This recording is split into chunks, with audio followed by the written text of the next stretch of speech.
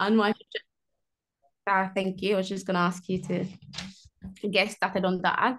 But thank you all so much for taking your Wednesday evening and deciding to spend this evening with us. We do really appreciate it. Before we get started, can I get you to let us know where you're logging in from today? Are you in Australia? Are you overseas? Just a quick your name and where you're logging in from. We genuinely love to see what a global audience we've got. So please take some time out to pop in the comment section where your name, where you're joining in from. And yeah, that will be good.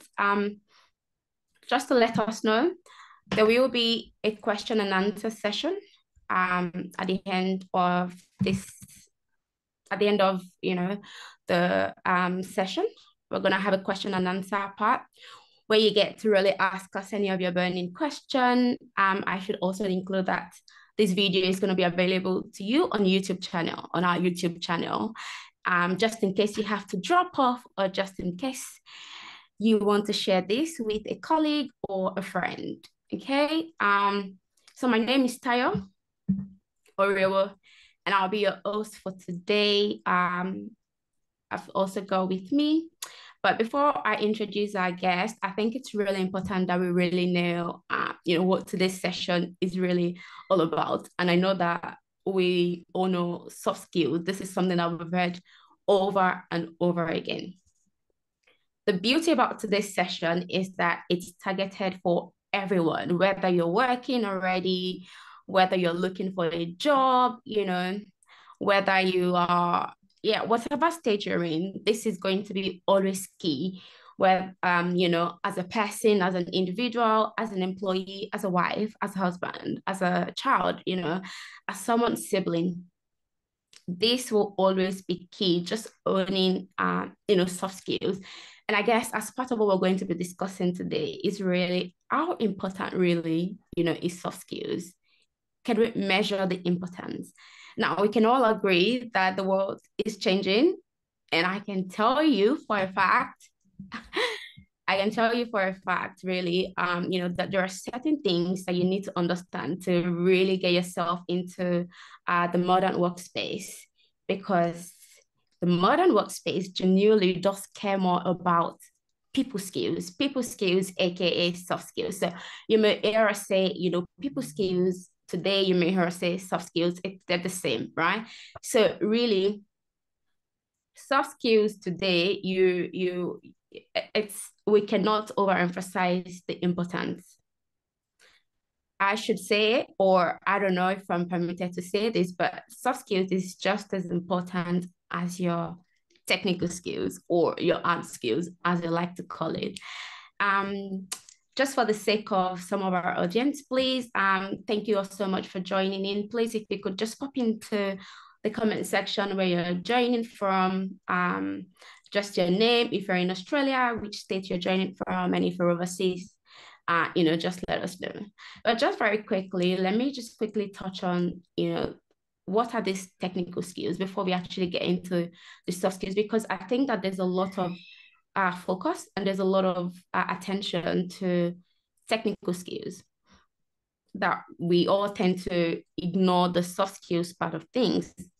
Now, if you can pop into the comment section what your understanding of technical skills are, that would be good. I really would like this to be, as interactive, as possible, right? So as we all know, today is really going to be unpacking the importance of soft skills. But before we delve into that, I just wanted to, draw our attention to the differences, right? So for people who are not aware, your technical skills really are, what are those skills that you need to possess to actually do your job?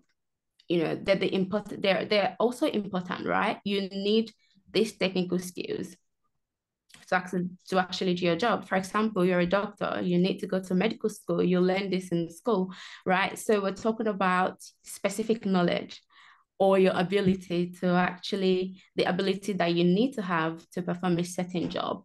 For a business analyst, at the bare minimum, you should be able to, elicit and synthesize your requirements to the point that people actually understand and what you're saying, right? And these are things that you can acquire through education, through training. So those are your technical skills. Now let's bring it back home with our soft skills.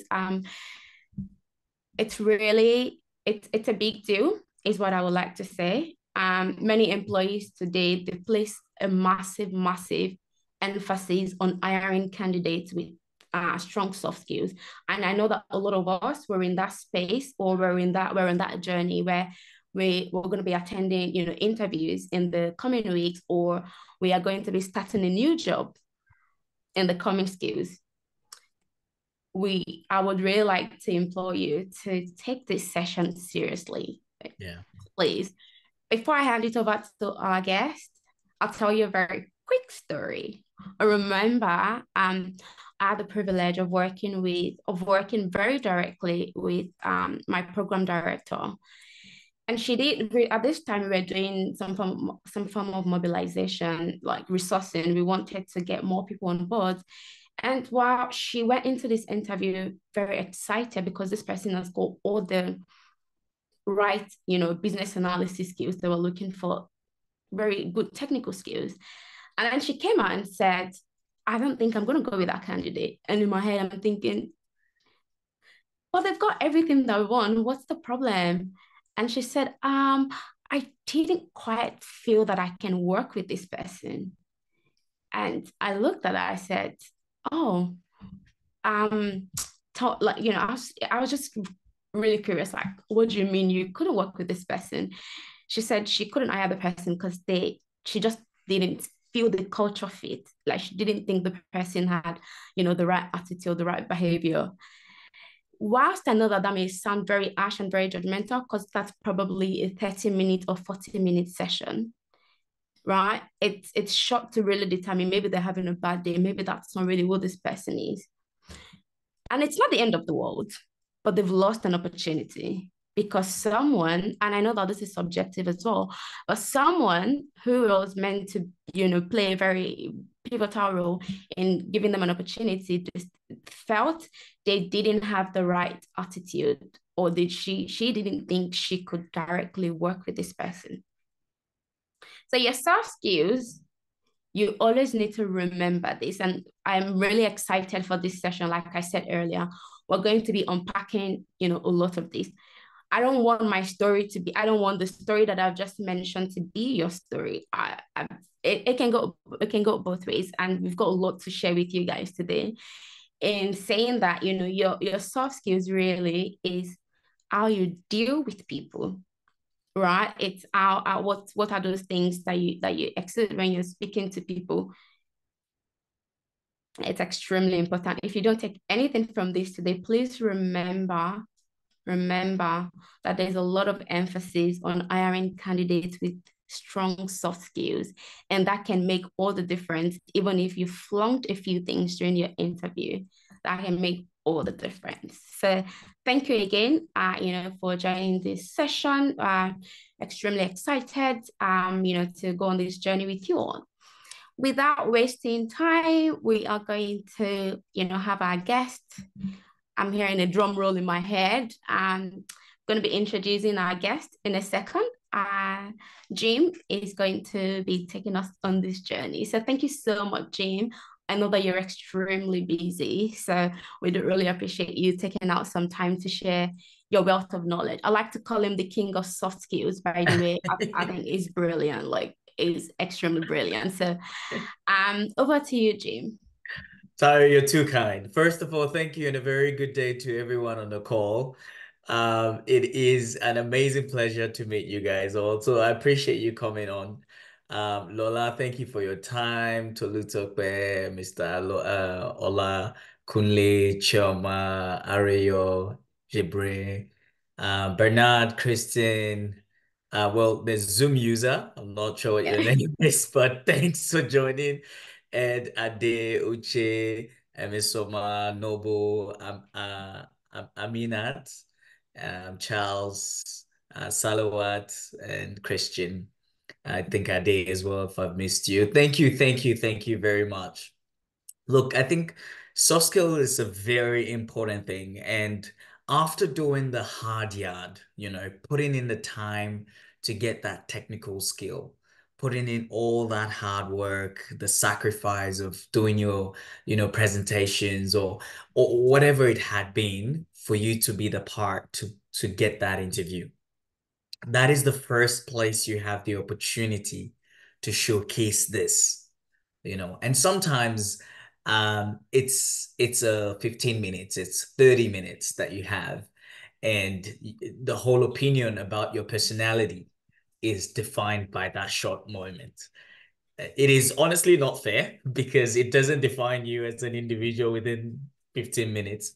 But unfortunately, within the society that we live today, it is the only time that we actually get to showcase our personality, to showcase our ability to communicate, and that can speak for you or speak against you in that first 3 minutes of that interview.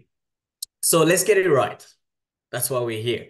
Let's understand if it's something that you are already doing, then that's great. Keep doing it. If it's something that you think, I haven't got this down packed just yet, what can I do differently? Well, we're going to talk about it today. So we'll cover some of those things. And if you have doubts, then absolutely, let's bring it out, pop a question on there, and we'll be able to address it. So without any further ado, Ty has talked about soft skills. The only thing I want to add on to that is just your people skills. That's literally what it is. Your ability to communicate effectively. Your ability to collaborate effectively, to be able to transfer your information across to the next person smoothly. How do you do that? It could be with a facial expression, it could be with a gesture, it could be with, a kind response, it could be with your words. But in most cases, even before your words, it's a lot to do with non-verbal cues, like your non-verbal skills. So, are you smiling? Are you nodding? Do you have eye contact? Are you looking into the camera? Because that's how you can see the difference. So I've got you on a higher screen, so that's why it looks like I'm looking up. But when you're looking at the interview, you want to be looking in that way. It almost feels as if whoever's looking into the screen now feels like, oh, Jim is sitting right next to me. That's exactly the impression that you want to bring along. So now that we understand what that is, if you're conversant with soft skills in general, you understand that it has significantly to do with communication and pretty much all of these elements that we've put up here. But I don't want to just read a list, because what we really want to do today is to connect to these things, right? Let it make sense to us on an individual level. I don't want to come here and read some things and say, oh, this is what you should do and this is great, and no, I want us to talk about this situation. The first instance that we have is, tell me about yourself. That is usually the gold mine right there. And today I actually came with something for us. It's a small nugget. I thought, let's throw this in there. A style that I'll refer us to look into that I have used previously is in reference to Dan Luke. I'll put it on the chat just in case you want to go back and have a look. So just Dan Luke. If you look up on Dan, he talks about, he's a CEO, an entrepreneur. He talks about interview skills, talks about some key points. Some people might be familiar with him already. If you're not, a lot of what I'll be sharing today are things that I have personally gotten from things he has talked about. All right. And the most important thing is why do we feel the way we feel when we're in the interview? The first things that deter us from being ourselves is this 4 Fs. They're really what makes us feel, man, what would they say? Oh, am I saying the wrong thing? Or maybe I should say it this way. Or what if I don't get the job? What would these people think? You understand? They expect me to know this thing now. those are the things that are boring. I can see your eyes already smiling. So tell me something. Talk to me. Does that make sense? Have you found yourself in that situation? Tell me a scenario. Lola, feel free to share with Yes, us. please. Let's Yeah, do talk. you want to share? Anyways, just for me to talk about my past experience when you mentioned it, that was my first interview anyway. And it was like, okay, I needed to, my second stage, need to meet the director. And I went in there with the fear of you are meeting director. You know, back home in Nigeria, when I don't know, maybe the environment I've worked in, when they say your director, because the CIO will tell you, go and call your boss's boss, meaning your director, you know, or you understand. So I went to the interview with the director fair, you know, and was able to read it from me and I got the feedback. So when you mentioned it, I just smiled. And since then, even if you are director, you are the C's and the D's on your name. You are human beings like me. I've got what to say. If you are not taking me, that's fine, you know. Yeah. That's awesome. Thank you so much for sharing that, Lola. Dapo, I can see you're smiling inside your hand right there. So I know that you you also have had your own experience. Talk to me, man. This is what this session is for. So thank you, by the way, for putting on your camera. I appreciate that. Yeah. All right. Thank you very much. Well, I don't Yeah. think I've met you before. I only saw you once in one of the previous sessions. Okay. Okay. Good evening, everyone. Sorry. I think I need to be up to speed with um the theme of the program. Well, what I can say is I have also had fair share of fears with interviewing. But I think what I did over time is I had to tell myself that these people are human beings, they're not God. I just have to face them. I have to That's face right. my fears. Mm-hmm. And I have had failures. I failed a lot of interviews, honestly. You know, Absolutely. when you like, I know this thing now, and you go to Exactly. interviews and they tell you are not successful, be like, what else am I supposed to do? As in, In fact, there was a time I was coming back from one interview, another interview shortlisted me that I should come. At a point, I was like, what else am I I'm going to not go and say? going. But in all of these things, number one is being yourself. When you try to understand your role, what you are supposed to do, try to check what is the profile of the people that are going to be interviewing you, and have friends or people that are already working in that space you are looking at. Speaking to people that are already working in that space helps you to learn the language of the domain or the industry you're looking into. And every interview we go, we boost your confidence. that's You right. can't just go into interview once and say you want to get it. Some people are lucky, they got Yeah. their first job at their first interview, but some of us, Yeah. we have to first of all fail so many times. Mm-hmm. So just understand that everybody's journey is unique. Absolutely. Now, if you don't have any fears when you've been to an interview, especially the first time, please let me see a show of hands. You've never had any fear. You've gone in the first time. You know exactly what let me see your hand. If you, all right. Because I was gonna say if I see your hand, that means I don't think this session is for you. But that means that we're all here because we've had that before. You know, either you've overcome it, or you're in the process of overcoming it, or you're currently having it and wondering what are some of the tools that I can use. I remember the first time I was interviewed by two gentlemen here.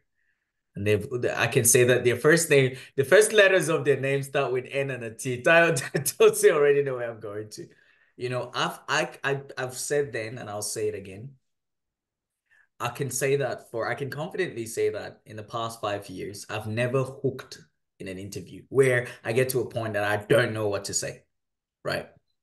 But being interviewed in this environment was challenging for me, was daunting. I was overwhelmed.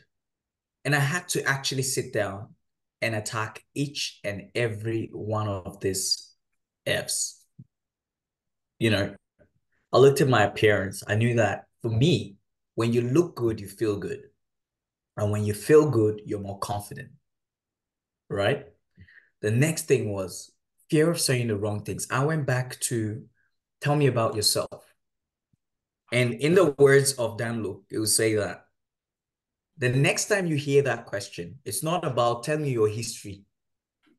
Oh, I was born in 1941, I attended this. No, it's not about your geographical location. I'm based in Melbourne. I've been in Melbourne for 7. What value do you bring to the company? That should be the question that it interprets in your head. I'll post it in the chat so we can refer back to that. It says, what value do you bring to the company? And a disclaimer, this are not my words. These are the words of Dan Luk, right? And I've reflected on that. When you look at it in that perspective, you start with the approach of success. I've been a business analyst for this up period. I've been a carpenter for this, whatever. I've been a developer for, and then you can tell a bit of that. You talk about the strengths. My strengths are, my strength is I find true pleasure in deriving customers' needs or driving business goals or achieving business, When you connect that and finish up with a question, I'm looking for a place that I can add value, a strong team that I can grow with. Do you reckon this is what your company provides? Or is this where, is it the space that I can fill in your company? It then pushes them to respond. Oh, yes. No, we're not looking for that. Or yes, we're looking for someone that can do XYZ. Or you drive the next question. So I think that is something that we want to have a think about. So the 4 Fs: appearance, fear of saying what's wrong. It's just by preparation. When you prepare ahead of time, you're able to tackle this. Fear of not getting the job. Look, there's so many jobs out there. You might not get this one, but I've never seen someone that said, hey, I've been looking and I've never found any job. You will find. Sometimes it takes longer, and this is where the story of the elephant comes in. When the dog and the elephant are pregnant at the same time, the dog might give birth to kids and all the kids are running, right? It might take up to 2 years. You wouldn't see the elephant. You don't even know that the elephant is pregnant. But when the elephant actually gives birth, it gives birth to a full-fledged elephant. It's no longer a baby. So when you put things into perspective, that I always say, don't measure your success by someone else's failures or someone else's success, because you're all different. We're all on different timelines, right? So I'll leave that at that. We'll move on. Yeah, so Jim, while you're on that, I know you've really touched on really key things around, these fears. And I think that just on top of that layer, it's absolutely okay to feel like that, right? Is what we're trying to communicate. But I guess I'm just keen to find out, if you're able to share with us a time where you also had the fear of saying the wrong things, during an interview, going back to an interview setting. So how did you handle that situation? How did you tackle it? Or what are some of the steps that I can take, as a person? Because I know that, especially if you're in a new domain, like you mentioned, you've never, ever been scared, or you've never felt the way that you felt during that interview that, we had with you. And that to you was shocking because you didn't think that was possible. Yeah. What are some of the strategic steps or actionable steps that we can take as a person when it comes to when that fear comes into our mind and you're nursing it, and genuinely you've done everything in your power, right? You've studied, you've gone through amazing training, but the fear still lingers in your heart. What are some of the things that we can do, just from your experience? Absolutely. I had the situation where there was that, and then my second interview, I had to go and do it in person. And this is for a top tier insurance company that I currently work with. Yeah. Prior to that session, I knew that I needed to do something different. So in terms of, I attacked those 4 fears. The first thing was my appearance. I made sure that, I was my shirt was ironed, my gaiter was sharp, The The haircut was done. Yeah. All the right fades are there. I made sure I put up my right perfume. I was feeling confident. I walked in going, yes, good day. This is Jim. How you going? Yes. So that was one. The second thing was my mental. I had to work on that. So I told myself, look, it's not the end of the world. Worst case scenario, this is another experience. They might come back and say no. That's fine. Yeah. I'll ask for feedback.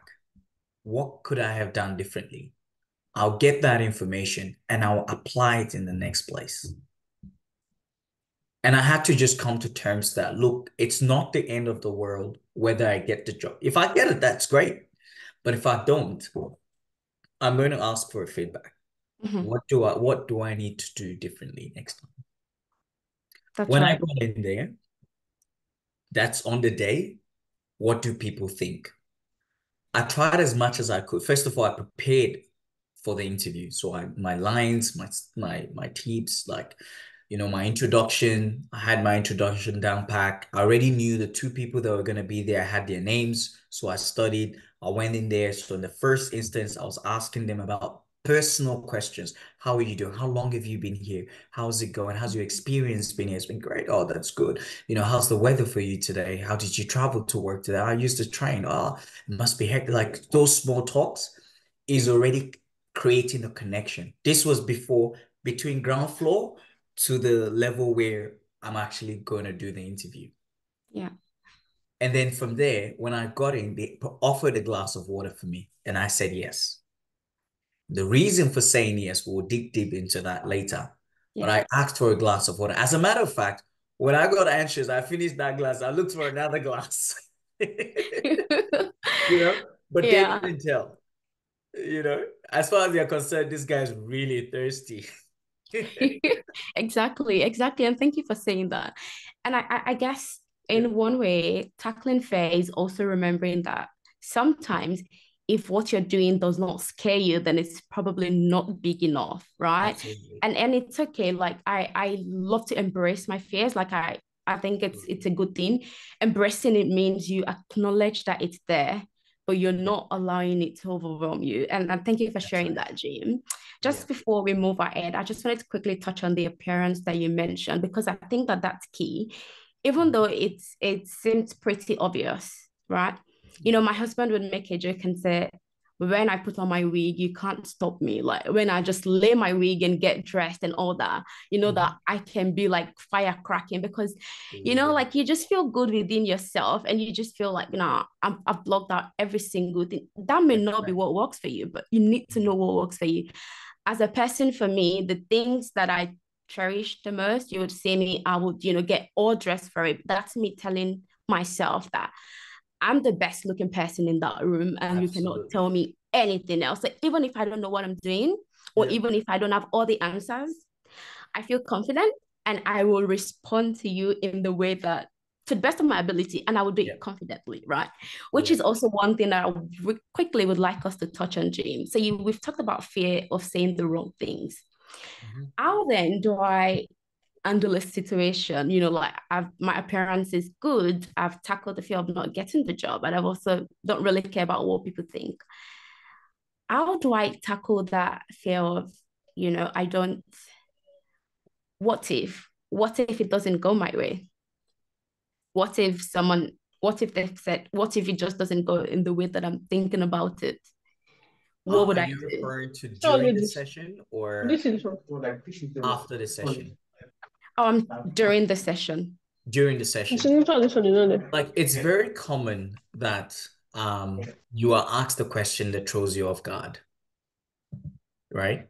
Sometimes you're like, for a second, you actually lose your thoughts. Even in that situation, you don't want to be caught blabbing or I think you want to try and keep a straight face, smile, and just respond. That's very interesting. I actually haven't thought of that question. Allow me a minute to collect my thoughts. Just because of how you even respond, already they are a bit okay, it's not as, you can then you go, let me see. I can think of a situation similar to the question you've asked. You understand?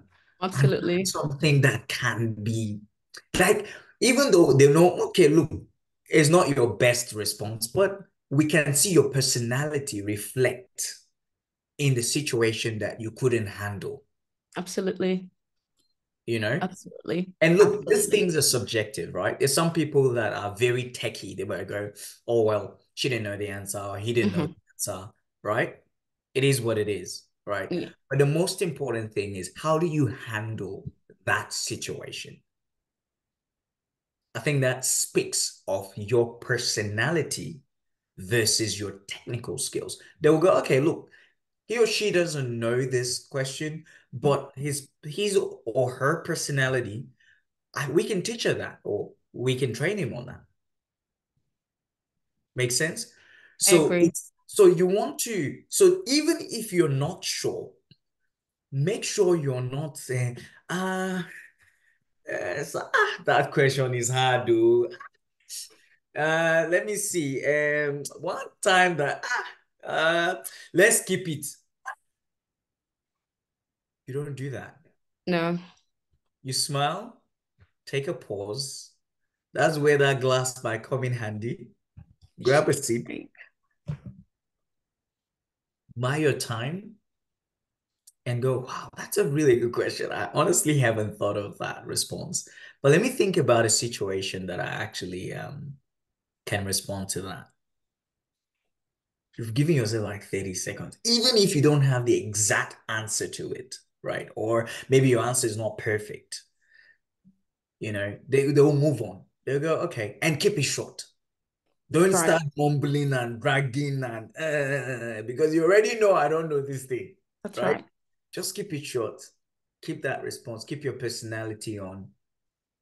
And That's when another opportunity comes where they ask you a question that you go, thanks for that question, actually, and then you now shine through that. So Yeah. that now gives you they will now balance it like, oh, okay, look, that question wasn't the greatest, but this question, we can now see. So they know that, okay, there might be a knowledge gap here, you know? No one's expecting that you would know everything. They honestly are not. They are assessing, they are checking, they are testing, how much.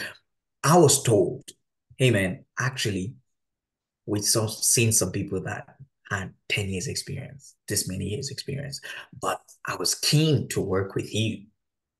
This was one of the feedbacks that I got because of your personality. Until today, to be honest, there's situations that I found myself, and that helps navigate through them. You get so yeah, we can go on and on about this, but I'll stick to Tayo's questions so we're on time and on track. Brilliant. Brilliant. Thank But you. Thanks for sharing, I Jim. don't know. Let me just get a consensus in the room, Yeah. just because I want to make sure that I'm talking to you all here, and I can only see a few people. But Ade, let me start with you. I hope, does that make sense to you? Is that? Please feel free to unmute your microphones. Actually, we might take some questions now, actually. Does Yeah. anyone, want to ask any question before we get cracking, just to see if we're all on There's the a same question in the page? chat. Oh, there is. I Okay. All right. Let's get into can it. read it Thank you. out for you, Jim. So Yep. it says, does one get the chance to still communicate with the interviewer, asking for feedback of what could be improved, even after a rejection notification has been sent and the position has been filled? Yes. There are a couple of times. One, the recruiter will call you back. Some of them anyways, not every time. Sometimes it's just an email response, like so let me give you a situation. The ones that you haven't got interviewed, most likely will just send an email of rejection. They'll say, oh, look, sorry, we're not successful. But those that have actually had the opportunity to interview, that means they've contacted you somehow. So they've either called you or they've emailed you for that interview. In most cases, they will call you and then email you, right? And And then when it's not successful, most of people that I have seen would call you and say, hey, look, sorry, it wasn't successful. And then they'll send you the email. Some will send the email, might not call. So in the situation that you've done the interview and you've had a contact, you can be in contact with the recruiter and say, hey, thanks, I got your email. Just want to get some feedback. Was there any input? They might not have one, but most cases they will. They go, hey, look, like mine, there were a few feedbacks. One during in a previous interview was one during about remuneration. And that's pretty much the pay. And then the others was in relation to some technical questions that they asked. So I got that feedback and that helped me moving. So yes, you will get, and it depends on the situation. In saying that as well, I obviously got numerous rejections via email, and it was just people that I applied for. They didn't bother to invite me for an interview. So I hadn't had the opportunity to talk to them. So there was no need to ask them for feedback because there was no opportunity itself. I hope that addresses your question, Bernard. Bernard, let us know in the comment section if that addressed your question. Yes, it's quite contextual. Sometimes you may ask for feedback and they may not be kind enough to give you one, or sometimes, if they don't have enough time. But yes, there's generally an opportunity to ask for feedback, which is quite good, which we recommend. Absolutely. Yes. Does anyone have any other questions? By all means, feel free to unmute your microphones. We want to hear your voices. Allah's hand is up. Not his actual hand, not his virtual hand. Go for it, Allah. Okay.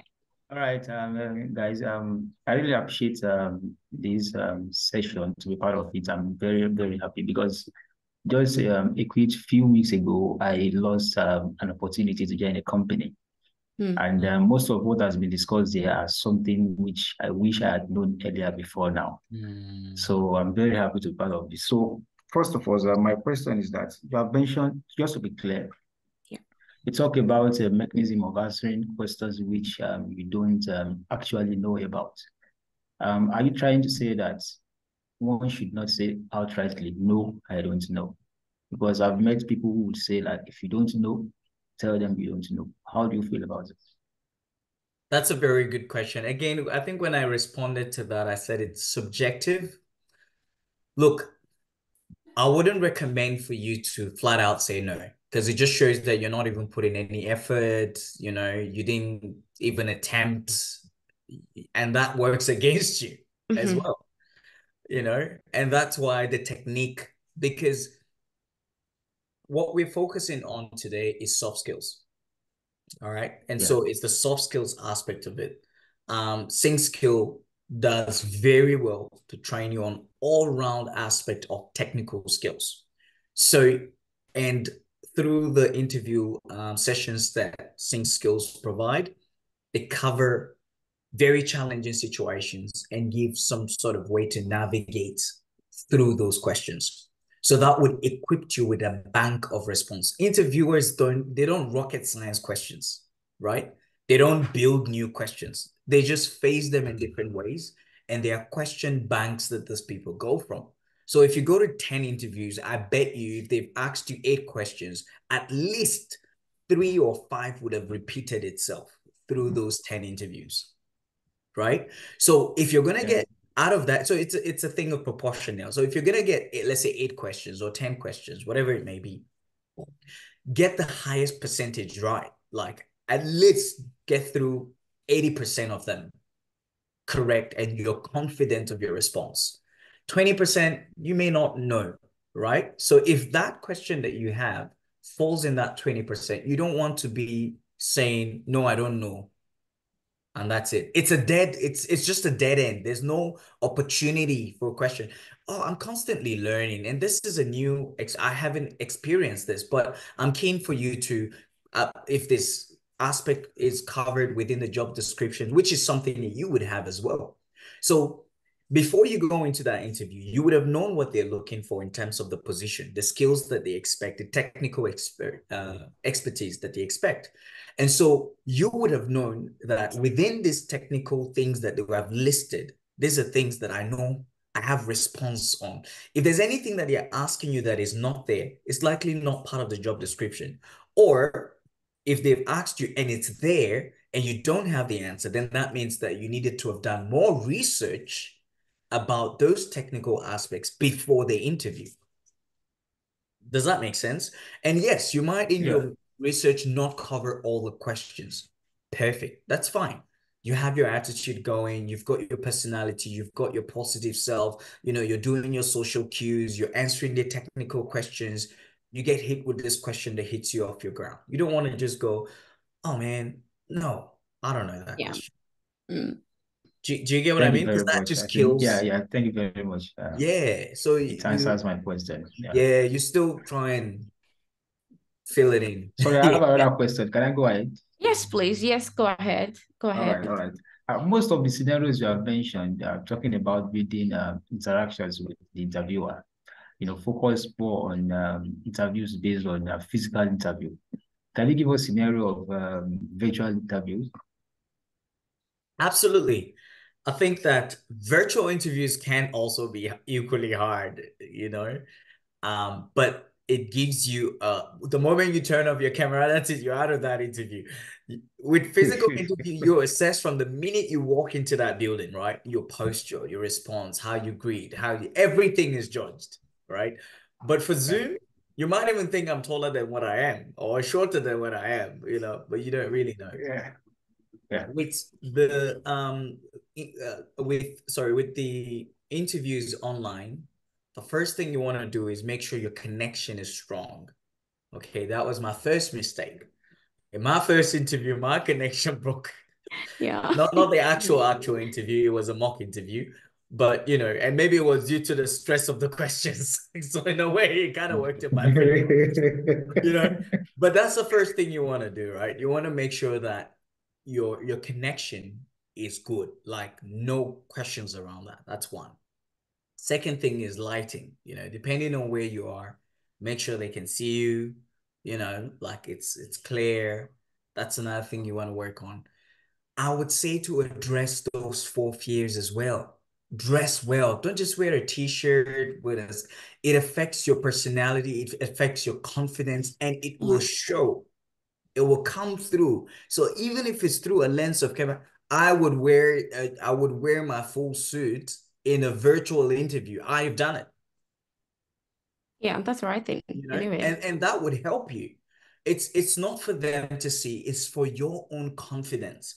It makes you feel, I know that there's no day that I don't suit up to go to the office and everybody's wearing their jeans and shorts. I don't care, because I know for me, looking good is feeling good, and feeling good helps my confidence, especially in a place that I'm still learning.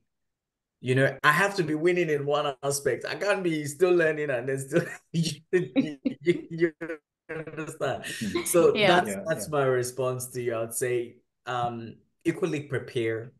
Make sure you've got all the right things. It helps to, you might have your notes around you. Try not to read. I've seen some of our mock interviews, some people reading through their notes. Yeah. You can tell. You can actually tell.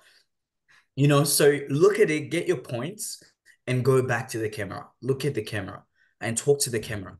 Yes, I know. Even if you take a minute, don't make it so obvious. For example, I'll do something right now. I've been working in this space for about 7 years. I've noticed that my experience has added to the different skills that I contribute to this industry. There are some times so you can see that I'm looking at something, I'm coming back. You understand? So even if you're doing it online, which helps you to have some notes or some cheat sheets that I'll say, don't make it too obvious. All right. Sorry, one more question for I give another person. Just before you ask, does any other person have any question? In relation. Yep. Okay. All right. Yep. You can go. I can see a question on the chat by John, but yep. Yeah, I'll read that out. We'll just take a last question afterwards, and then we'll jump into that. Okay. Ola, what was your other question? My other question is that, CV, a good CV is a prerequisite to getting an interview. how do you feel like all these soft skills can be showcased in the CV?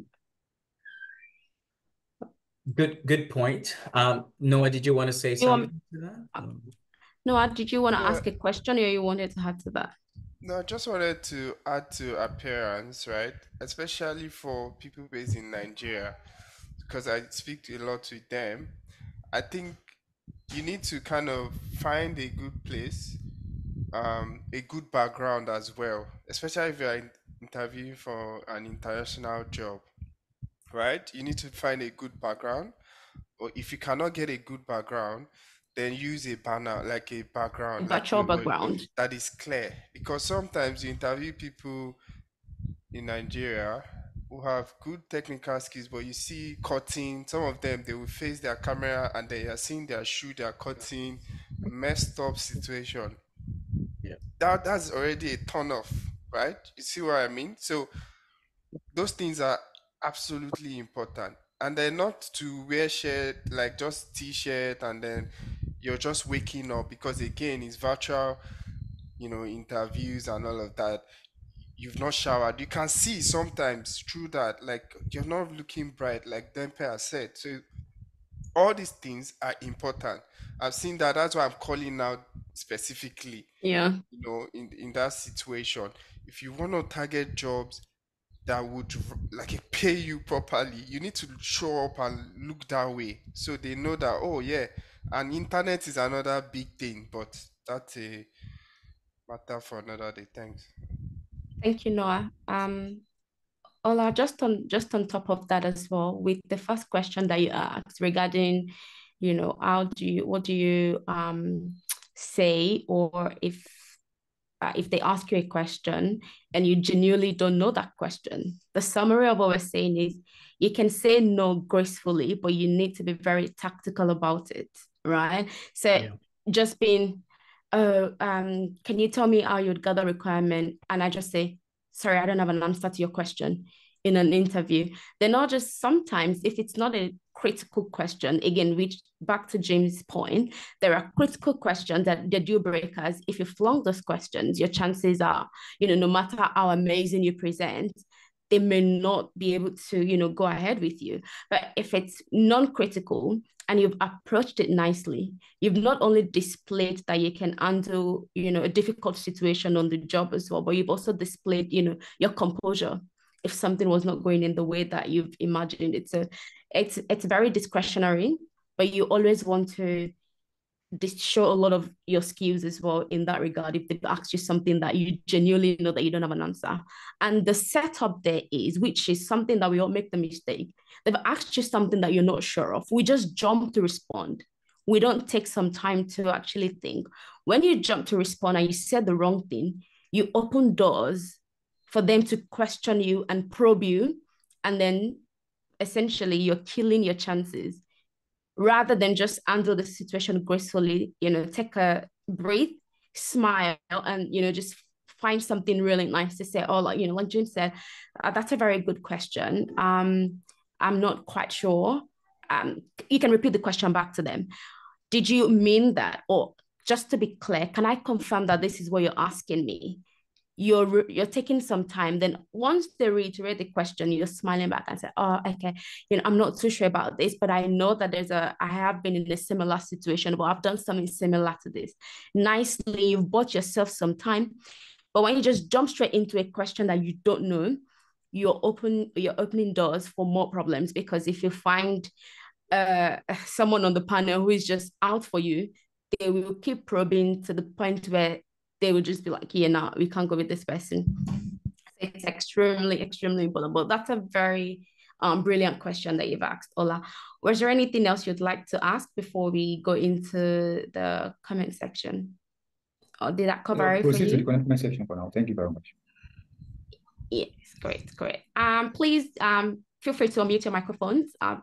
So I've got a question here, Jim. Would you give a classical answer you would give to the tell me about yourself question? I think that you already mentioned that, but could you just summarize, how would you typically, approach that in seconds, or rather, what are the strategies? How many, in your opinion, how many seconds, how many minutes do I need to spend on that type of question? What are some of the things that I can quickly in that minute to create an impression? I think that's the key one with this. So how do I create an impression with the tell me about yourself question?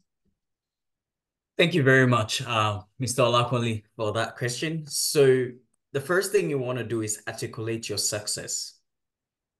Hi, my name is Jim. I'm a seasoned business analyst and I've been for over 5 years.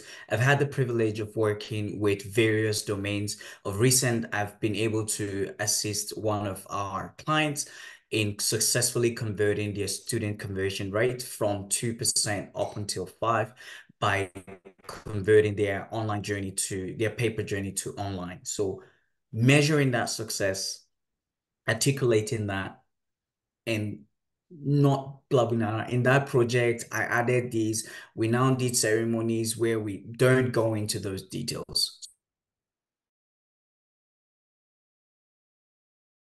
In saying that, I'll put a disclaimer and I'll recommend just Google Dan Luke, tell me about yourself.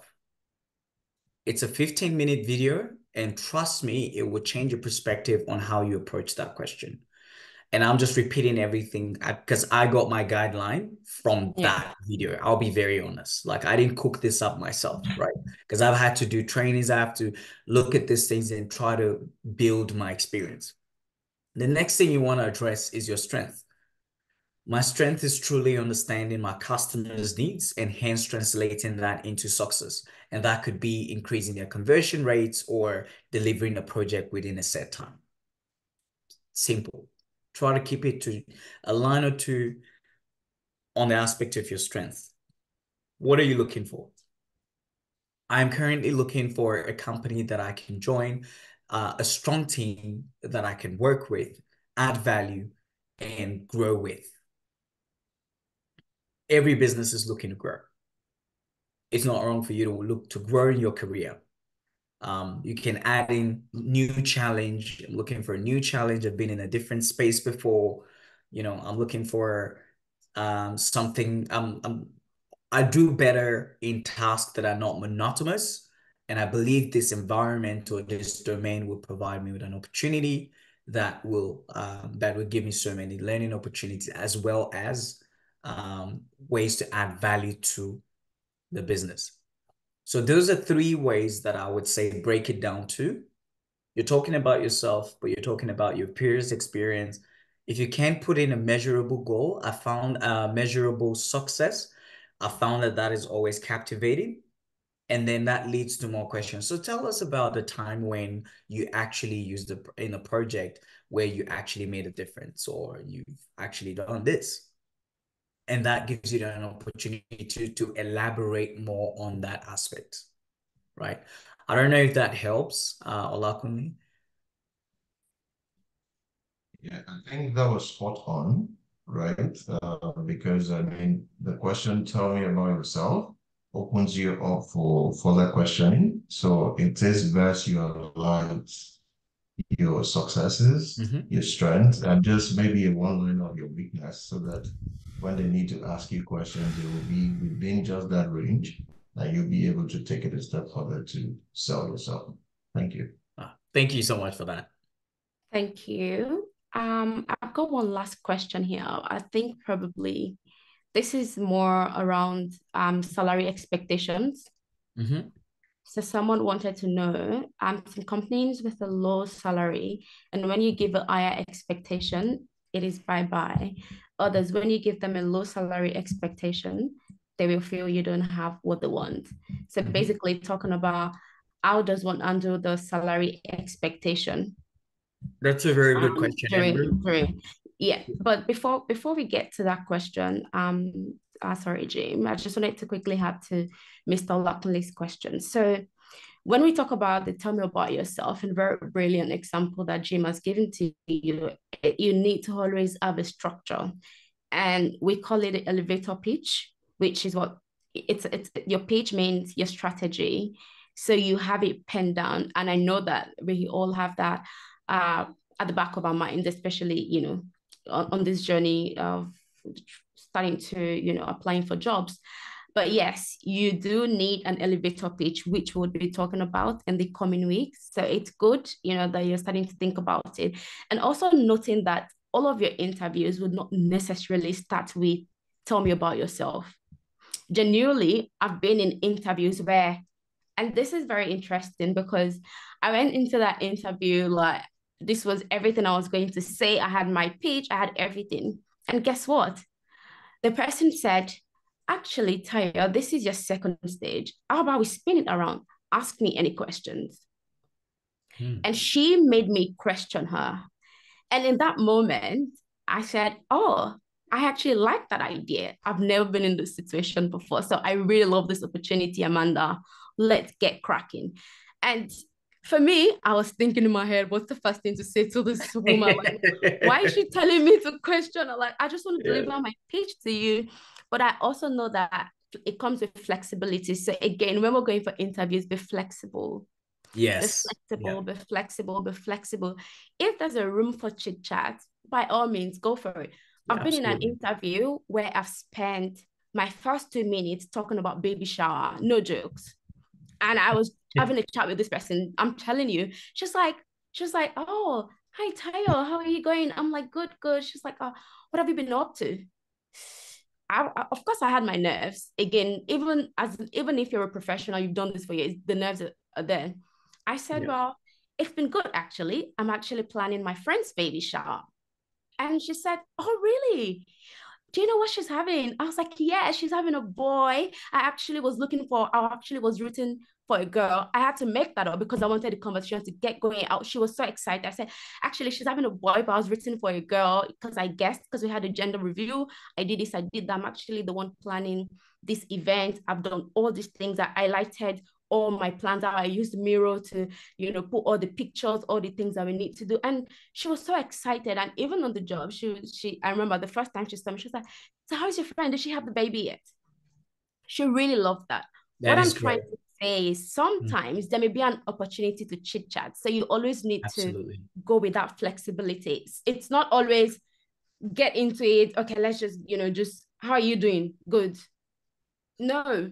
You know, how are you doing? I'm good, thank you. Yourself? Oh, that's good. Did you have a great weekend? You get conversation calms you down, calms everyone down. But back to what I'm trying to say, sometimes it's not always tell me about yourself. Sometimes it could be, what interests you most about this job? Oh, tell me, Dempe, why have you actually applied for this job? So you may get all these variations. It's still part of the interview, and those are good opportunity for you to shine and smile and, like, you know, tell them all these things and get into your pitch. So yes, we will be, as part of our strategy at Sync Skills, is, you know, typically encourage to put together an elevator pitch, which we would get there. Mr. Olakunle said, brilliant question, brilliant. Yeah. Jim, did you want to add something to that? Yeah, now that you've added that, you just spiked. You know, the first thing, I'm trying to share this without being conscious of the information. But anyways, so the first thing was in one of the interviews, they actually didn't even ask for me to tell me about yourself, right? That's right. They didn't actually even get to, we're just having a chat. And then I noticed that chat was getting to get me to tell them about myself. And so what I did was, like, actually, whilst we're on that, and I switched to my elevator speech, you know? So sometimes the opportunity might just, so what have you been doing? Yes. You know, that is an opportunity right there. You go, well, I've been a BA for the past 5 years, you know, and that's your segue right there. So you need to also actively listen, right? Whilst you're in there, how's the conversation going? And I threw in a cheeky thing because where the company that I was interviewing for owned the venue I got married in. Amazing. So they have certain locations where you can they have weddings in. So I actually said, oh, by the way, I got married in your location in this place. They're like, oh, really? And that again opened a whole conversation. So just to tie in with, like, the baby shower situation, there might be something of common that you might find. It might be that you support the same cricket team or soccer team, or whatever it is. Or if you're not into that, maybe for the late, like there would be something of interest that you might find. And sometimes you might not find any, Yeah. Yeah. Absolutely. Well said. Just on that, we may get into the post-interview. So we've talked about pre-interview before we get into this. Jim, did you just want to touch on? I think we already discussed the opportunities. Yeah, we've discussed that, but sorry, just go back and I'll quickly touch on that. So Sure. we talked about those four fears, and what those four fears do, if they're not tackled, results to this. Okay, that's when you start saying, I've been a business analyst for 5 years now. I've been working with my company. We've done some of the. You can start hearing a lot of that. So if you record it yourself and blocked out all your sentences and left the what will it sound like? So what I've done that helped me with that is actually record it. I write my elevator speech down, and then I'll take my phone and I'll pretend I'm in the interview and I'll record it. And then I'll play it back to myself. I'm like, oh man, nah, this sounds so bad. And then Yeah. you have no idea how many times I have to like, oh my God, is that how I sound? Because in my ears, I sound like Britney Spears, right? And then when I actually play it, oh boy, let's just say that song, that voice did doesn't not make it to an album. And that's the reality. Sometimes we got to realize that. But in order for you to realize that, you need to actually have recorded and be your own self to checkmate yourself. Then another thing is, I think that as a business analyst, I think that when I'm doing the sprint ceremony, I think that when, I think means you don't know. In fact, there's a saying, if you think, I think, who confirms? That's right.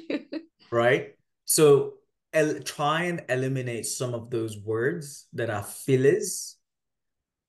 Fill them with pauses.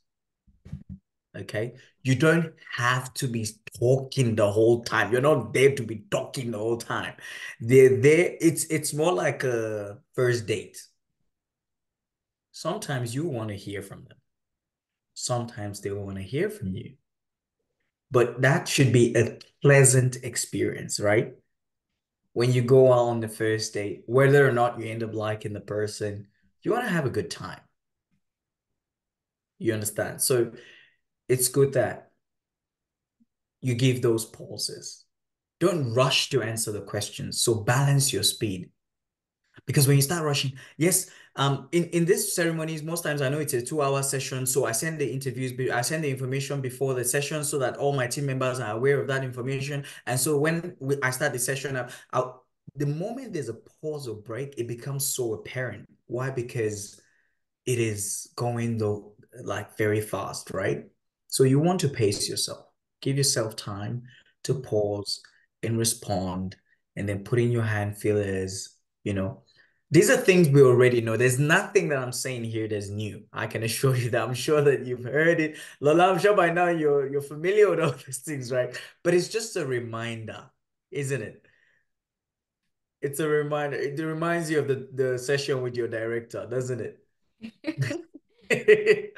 Lola and the director, we need to write a story about that. As in, so funny enough, it does remind me of an interview that I did have with a director in Malaysia a couple of years ago.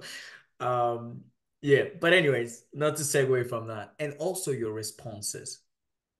Sometimes we feel like they ask you, tell me a situation where your team achieved a success in a project. And then you think, oh, I need to tell them the story from the minute I called the meeting and then how I presented it and then this. You don't need to. There's a way you storytell and the listeners will fill in the gaps. I'm not saying miss out key information, right? You can say, whilst I was working with an employer within this sector, so you've defined the setting. We were working on a project too, then you specify what the problem is and call it out. The situation was XYZ. We were looking to improve customer experience. We were looking to drive more sales. We were looking to increase the sales from 1% to 30%. We were looking to, whatever the goal was or the situation was. I then was able to gather information via workshops, interviews, questionnaires with the relevant stakeholders. This helped me to then your action and call it out as you're going, and then your results. Now, the reason why this may sound the way I'm saying it now, I know that that's not actually practical. But when you actually exercise that and you practice that and you have a response, you have a scenario, and you actually learn to go through it, it's a lot of that practice that then makes it easier for you to respond in the way that I'm saying. So it won't just come the way that I'm saying, like by default. No, Yeah. you got to actually get the situation, get the task, get the action, get the results, write it down if you have to, then practice it, and then go, okay, then that shrinks it into or the way I'm saying it now. Okay, so don't feel like, oh, this is what Jim said, I should do that. No. That I'm just being practical, guys. I'm being real, like I know that that's not what's going to happen. So let's be real. You actually just need to write down the situation, write down the task you did, write down the actions you took, write down the results, and then word that out. Oh, the situation was X, Y, Z. Some of the actions we did, and then sometimes it might be wrong. And then you cross-reference with, the great minds in sync skills, and they'll help you fine-tune it, and that becomes your line. And that's all part of that practice. Brilliant. Thanks, Jim. So what I'm hearing is clarity, to be clear when we're communicating, to be concise as well. And if possible, use the storytelling approach. Absolutely. So we don't just want to talk, but we actually want to communicate with purpose, is what you're trying to communicate. Yeah. Thank you. Brilliant. You have really highlighted, a lot of amazing things. Like you said, these are things that we know, but we're just bringing it back to our consciousness. It is extremely brilliant. I'll take a little bit of a break while we, get Noah to share some of the amazing things that Sync Skills is up to. So Noah, when you're ready, let's go. Yeah. Thank you. Can you guys hear me? Yep. Yes, we can. Great. Thank you so much, Jim and Tayo, for this powerful session. I mean, I knew you guys would crush it. And thank you so much, everybody that has joined today. Just to tell you a bit about what we're doing at Sync Skills. Our vision here at Sync Skills is to help people, especially African immigrants, to get ahead in their career. And we've been doing this for over a year and a half plus now in Australia, helping people navigate their career, especially in the field of business analysis, project management, product owner, and Scrum Master as well. So while we focused on this no-code, low-barrier roles, because there are a lot of opportunities here in Australia, I know that a lot of people here that joined us today are also testers. So you're not left behind. There are also opportunities for QAs and testers. Just in case you want to explore Australia, it's a beautiful country with lots of opportunity and kangaroos. So if that excites you, Say that. yeah. And yeah, some of the misconception you might have about wild animal, we are all living. I think you've seen at least 40 people based in Australia here, and we are all alive, so we don't get snakes in our house, ceilings, in our ceilings, like you see online. But yeah, anyway, so So we've been helping a lot of people find purpose, and we've seen amazing stories over the years, and that's what's been keeping us going. We're looking to share more of our story with a lot of people that are still unaware and are in jobs that they are not happy about. So if you know somebody that can benefit from our program, please share. We also run a referral program, so we would reward you accordingly. And we have some amazing success testimonies as well on the call. Some of the guys that will start to apply soon, and that is why this session is absolutely crucial. I would also quickly add that when you go to interview, even after you've perfected, well, there's nothing like perfection, but you've improved your soft skills, your technical skills, and everything, you can still get no, right? And no doesn't mean, well, you're a failure. You just need to kind of reset your mindset that interviews in general are opportunities for you to learn. And Jim has extensively discussed the importance of like requesting for feedback. The way we kind of like shape the mindset of our learners is that don't get too high about interviews and too low. In your application, first of all, is a seed, right? And a lot of people here will tell you that they might have worries initially when they start to apply and they're not getting that calls yet.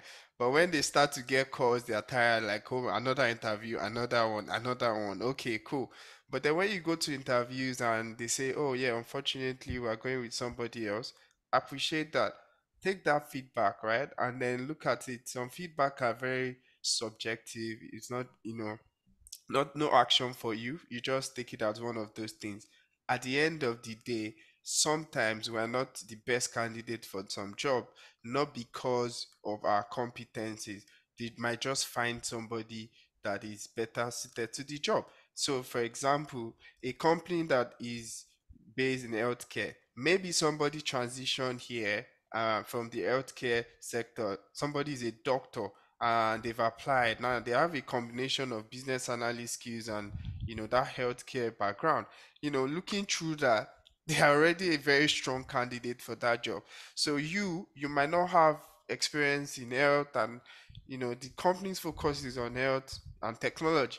So if they tell you no, take it, learn from it, apply. There are over 1,000 jobs any given day on Seek, LinkedIn, etc. You just need to apply correctly and you will get your own opportunity. The Jim also gave that illustration about, dog and elephant. I really appreciated that and I've learned as well. So yeah, you might see some people get a job first. It doesn't mean that you're a failure or, your own has not come, getting frustrated. Just keep going. There's nobody that will not get a job at the end of the day. Nobody is unemployed. So long you are doing the right thing, you're gonna get your own big break and opportunity. And Australia affords you that. There's a lot of opportunity. You just need to put in the work and keep going. And that's what we do here at SyncSkills. With my many years of experience, working, building communities, before like I changed focus and focus fully on SyncSkills. I came here in Australia a few years ago and I faced a lot of barriers that we Africans face, even though I'm very qualified for this job. But some of these soft skills thing, were actually my downfall, right? I remember my wife would say, oh, how are you saying access? Access, access. Like there was some accent things that were worrying me, like, oh, am I going to be able to communicate, with these people? Is my English good enough? Even though our first language really is English, right? But the thing is, I then started work, and so some of my friends that are on this call will tell you, I literally was working with some Vietnamese, some Indian guys that, oh my God, it's shocking to hear the English. I literally the first 2 weeks, I don't even know what when I stand up, they are giving update. I'm totally lost because English is not their first language, and I'm like, wow, why was I so worried about my English? And those things, those insecurities went with me to interviews, and you do your best, but some organization will tell you no. It's not about your competency. Take the learnings, grow there. And then we're lucky now, we have an active community of people who have gone through this journey, are now successful. So that means that we have people in every sector. So if you're a BA in health or finance, on a bank, or healthcare, transportation, government, no, there's no domain here, at least in Australia, that we don't have somebody working there that can advise you and give you that head start. And the acute problem is the fact that in Australia, when you get a job, you will quickly understand that you might be the only black person. So there's no rapport, right? I am the only black person in my company, and they have over 400 staff. I'm the only black person. Tayo is the only black person in a bank, 2,000 staff, only black person. Jim, I don't know how many black people are in your company. Lola and Co. Only one. So you see the problem. There's no banter. There's no rapport. You don't, like, you can't just have the same banter we have back home and find somebody very relatable.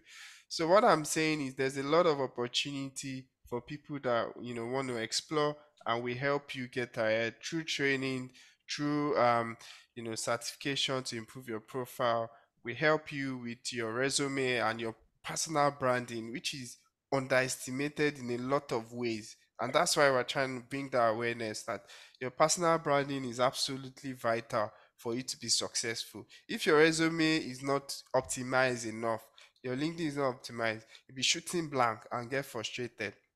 And thankfully at ThinkSkills, we have amazing mentors that would, coach you and train you on how to actually apply to get results. And then interviews, you've heard it today. We prep you, we do mock interviews, make sure that you can actually do the job. You're speaking the language, you're applying all these soft skills, you're using your body language and all these things to be successful. And the mindset, when you're on this journey, it's tough, right? So it's not in any way, easy. We would not pretend that it is. There will be emotional roller coaster. When you get that no, you have a support system. I know I've jumped on calls with a lot of people, and try to motivate them. After that no, we're going with somebody else. It's tough because you're expectant, but it's not the end of the world. You can absolutely get other opportunity, and that happens a lot of the time. Lola talked about director experience. I remember the conversation, and Yes. but yeah, thankfully that is resolved. My point is, you have all the support end to end with ThinkSkills. We help you with your interview preparation, and then community of support is there for you when you need it. On-job support is there. We just support you throughout the journey, and then you can come back and give back like Jim is giving us today, and I appreciate that. Thank you so much for your time. So Thank you. passing it Thank up. you. Thank you so much, Noah. Amazing, brilliantly said. Thank you. I just wanted to quickly have, because I know that we have a lot of amazing business analysts on call that I they think will Tosin needs to shout out. Sorry. say that again. Tosin needs to say a few things. Yeah. That's fine. Yeah. Tosin, I'll just round up what I was about to say. I just wanted to acknowledge, a lot of you guys that are on this journey that, will soon be out there applying for jobs. We see you. I know I can appreciate the things that is going on in your mind right now. But I want to say one thing. It's possible. It's achievable. The road may be a little bit bumpy, but it is possible.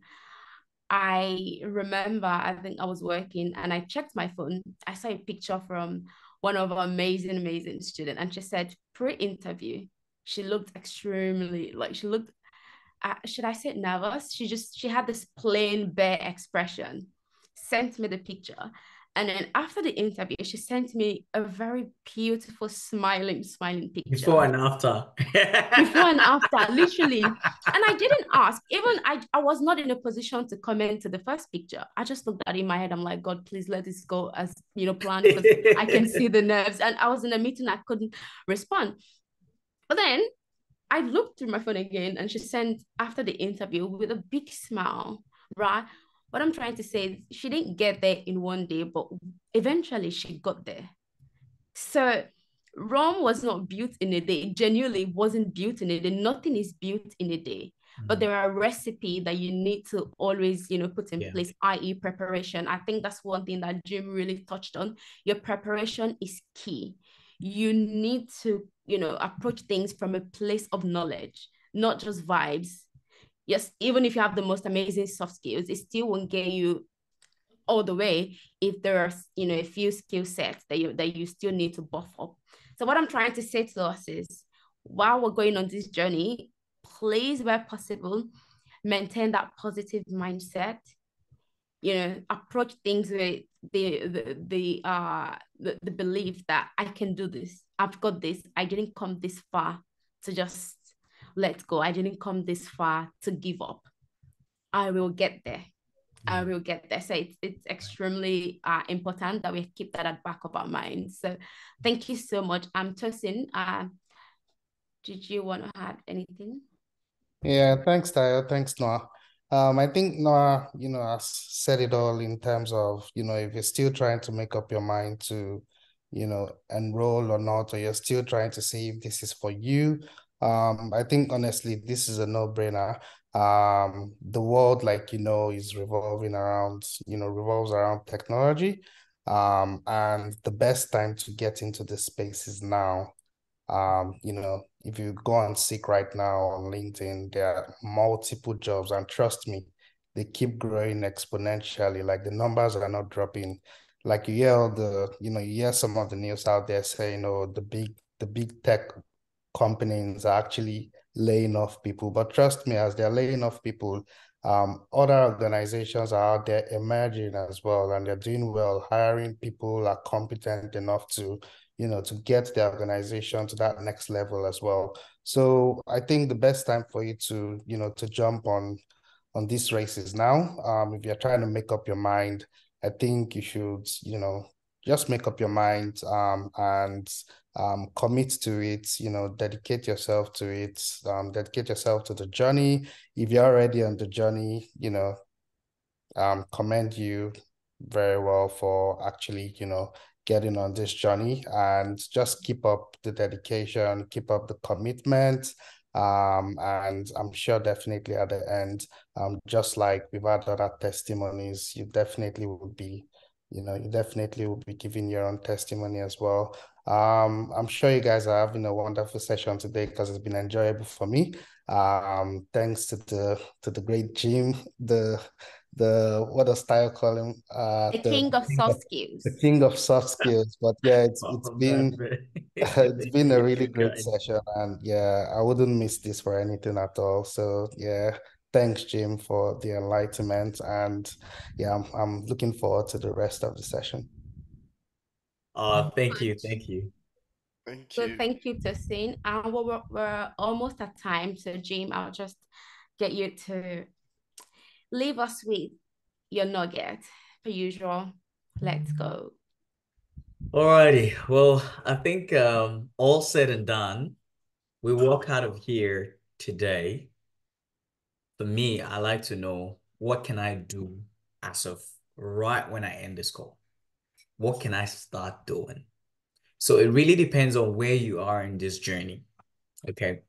If you are in a space where you're ready, you've got your technical skills all sorted, you've gone through your training, you're now in that interview space, then what you can do, I'll say step one, watch that video that I've kept recommending because that has helped me. When you watch that, write your elevator speech with that, based on that. Just write down whatever it is. When you write it the first time, it will be long. Okay? Start with that. Then as you continue, then once you've written it, do your first recording, record it, say it without reading. Start by reading it, read it a couple of times. Then when you record it without looking at it. And what your goal is that you want to say everything without reading it. You want to memorize it, let it be part of you. and that becomes your elevator speech. That will be my first task for anyone that is ready for the interview. Tell me about yourself, that elevator speech. Start with that. The second thing, once you've passed that, will now be a situation where pick a situation kind of question and answer in the STAR format. That is very common. So find a situation, the S, the T, the A, and the R. The STAR, get it, write it down, and do the same thing with that, okay? To the point where you really know what it is, and you can reproduce that without looking, all right? Then other things will start coming in from there. Once you're confident on two key elements like that, you can read it out. It begins to boost your confidence. That's what that would do. Okay. So in case you're wondering, oh, everything they said, oh, it was a great session. It was very good. They had this, they had that. And you walk out and you forget everything, that it doesn't help any of us, right? But even if you just worked out with those two things that you can do, that's a big win for me. But I'll wrap it up with some things that you can also add. Try to stay calm. It is difficult, inside you, a lot of things can be happening. That's totally fine. But outside, keep it calm, keep it together. That's one of my advice. Be flexible. Go in there, like we talked about, you prepare for the worst, but hope for the best. Just be positive. Don't go and think, oh, I might not know the answer, I might not know the question. Then you will not know. That is actually, there's nothing inevitable about that. But go there going, I've prepared. I'm positive they're going to ask the questions that I've prepared for. You're not naive that you might not, but you're just being positive. And that helps your attitude through that journey. Don't forget to smile. Stay professional. All right? Smile. Social cues.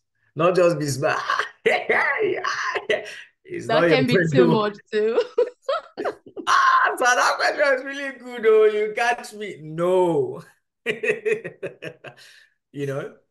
Still smile and stay professional. That's why I said stay professional with that. Okay. Balance. Yeah, so there's a balance to it. Because as much as there was another part I think I put, don't be too personal. Or start saying, oh, my mother died last week, so we had to go and do the funeral. Or, oh, my sister got married and I wore this long dress. And there are certain information that you would give that helps start that conversation, but don't dwell too much on that. Don't go too deep. I use the blue cortex. I know what they call it. Nails, this. Yeah, you're right. Yeah. There's no need for all those details. Don't go too personal. Stay on a superficial level and keep it simple. Post-interview. Now let's talk about, we've been talking about pre. Now you're in the job. Congratulations. Well done. You've done a great job. You've conquered that director. You've faced your fears. You've done all those things, and now you're in the job. There's some few things. I just picked 3 points in this relation, in relation to this aspect that I think that we should keep in mind. The journey doesn't end there. In fact, the journey starts there. What you know, they say who you know will take you there, what you know will keep you there. So now it's your true personality starts coming out. So make the effort. Go in early. Going early helps you grab a cup of coffee, settle in, say hi to some people. If you're going in on time or right smack on back, you don't have time to say hi because, oh, sorry, I'm in a hurry. And, it feels like you're being snobby, it feels like you're not prepared. So going early gives you time to say hi, hello, how you doing? Have a seat. If you're not working remotely. If you're working remotely, good and fine. You don't have to worry about that. Then you just need to start early so you can prepare your day. Okay, today I have that meeting, I have this, I'm going to be meeting this person, what am I going to be doing in that meeting? Just give yourself that time to prepare. That's something that it's still work in progress for me. So it's not like, hey, look at Jim, I'm perfect in all these things, just follow everything I say. No. Okay, it's still a work in progress, but there are some things that I've found that have worked well, and these are the things that I'm sharing with you today, The other thing is ask people about themselves. How have you been in this company? How long have you been here? I found that there have been people in this place for 20 years, 30 years. It's normal. It's not like there's one or two. The like average you find is 5, 8, 15 years. Yeah, more than 20, 30, Yeah. within the space that I'm working. And so it's more about the company culture that, these are people that actually care about each other. And if that's the case, then that's somewhere you want to be. You want to get to know people. How has their individual journeys been? And that tells you your growth potential, and genuinely ask, show interest, and, they'll open up to you. Then I've already talked about being personal, not being too personal. Then just give them a dose of your personality. Sometimes I say, hey, I MC outside work. Oh, really? I'm a leader in a community of mine within Geelong. Oh, really? Yeah, we've done this festival with this many people, and I do this, and then you show some videos. That tells them that you are relatable outside of work. You've got a life outside of work. You're someone they can learn from you. I've had my manager come to me and go, how do I set up an organization? How do I do this? How do I do this? Is outside of work things, right? But that's also building that personal connection, so that when things go bad, you can go, hey man, you can actually wrap your hand about your shoulder. Man, you're stuffing up. But these are the things I need you to fix. And this is what I'm expecting from you. Rather than, nah, I don't think you're good at your job, and then sending you an email and all that kind of thing, because it could go both ways, right? But when you invest in that time, it makes that relationship easier to communicate, even when it's difficult. All right. I'm conscious that we're going over time here, so I'll leave it at that. But it's been a great session. Thank you, thank you, thank you. I didn't realize we had a huge audience until I flipped through the other pages, and I'm like, wow. So thank you to everyone that has actually made a conscious effort to be here today. I think that wraps us up yeah. So you're one step away from securing that successful offer, man. So let's get it done. Let's get it done and dusted, Just put in the work, do it now. There's no better time than now. Just do it now. Get it done. Once it's done and you're in, that's it. You continue to grow. So that's just my 2 cents. And I'm sure we're all gonna do great. Brilliant. Thank you so much, Jim. Thank Yes. you. I don't think we can thank you enough, but thank you so much. Nah. Absolutely power-packed session. Thank you. Noah, did you want to say something? Just one thing, I just wanted to add that then use all these soft skills to network. Networking is key. You want to get a job, you need to network with professionals, hiring managers, Yeah. Get to know them before the interview. You can find them on LinkedIn. When they send you interview invite, they can put the name of those people. Check on LinkedIn just to see. You can even see what they look like through their LinkedIn, what they've done. and it helps you a lot. So yeah, that's it. Thank you.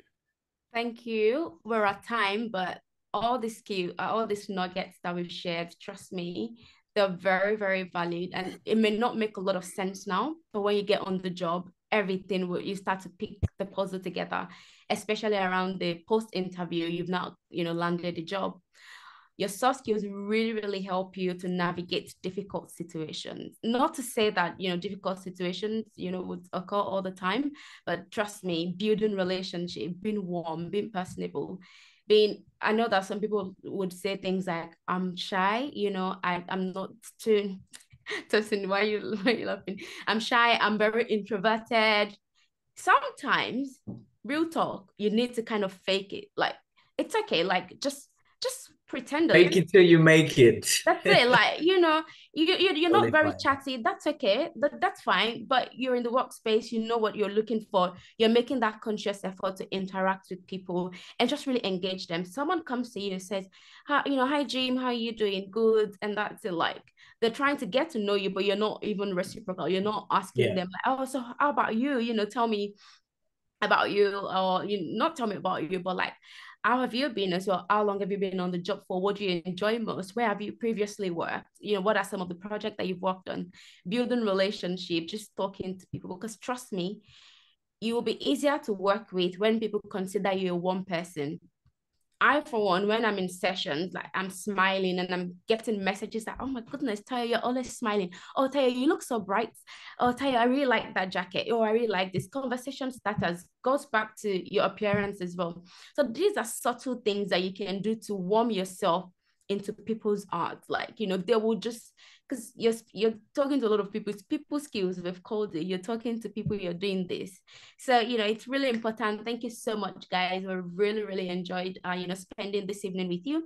Special shout out to James. Thank you so much. Thank I know you that very James, much. like, you're extremely busy. So this is what I'm really giving you this special shout out. So thank you for taking out time to join this session and for just being so, you know, passionate about it. Thank you for, you know, delivering I appreciate in such an it. Still amazing way. keep winning. More of us on the other line. So yeah. Thank you. Guys, And engage if you haven't. And I'm always open if you need to reach out just to ask, like, right, level with me. This is what I'm facing. Jim is on Slack, by the way, if you would like to reach out to him. But thank you all so much. Thank you, Tosin, Mr. Olakunle, the delectable Lola. Thank you, Tolulope. Thank you so much. Victoria Salawat, Mr. Olashupo. Thank you, Chamaka, Glory.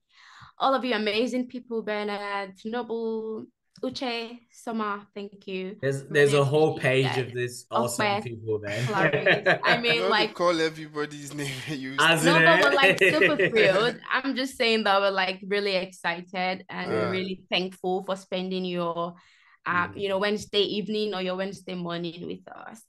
This video, like I said, it will be available on our YouTube channel. So if you had not subscribed yet, now is the time. But thank you all so much. We'll leave it like this.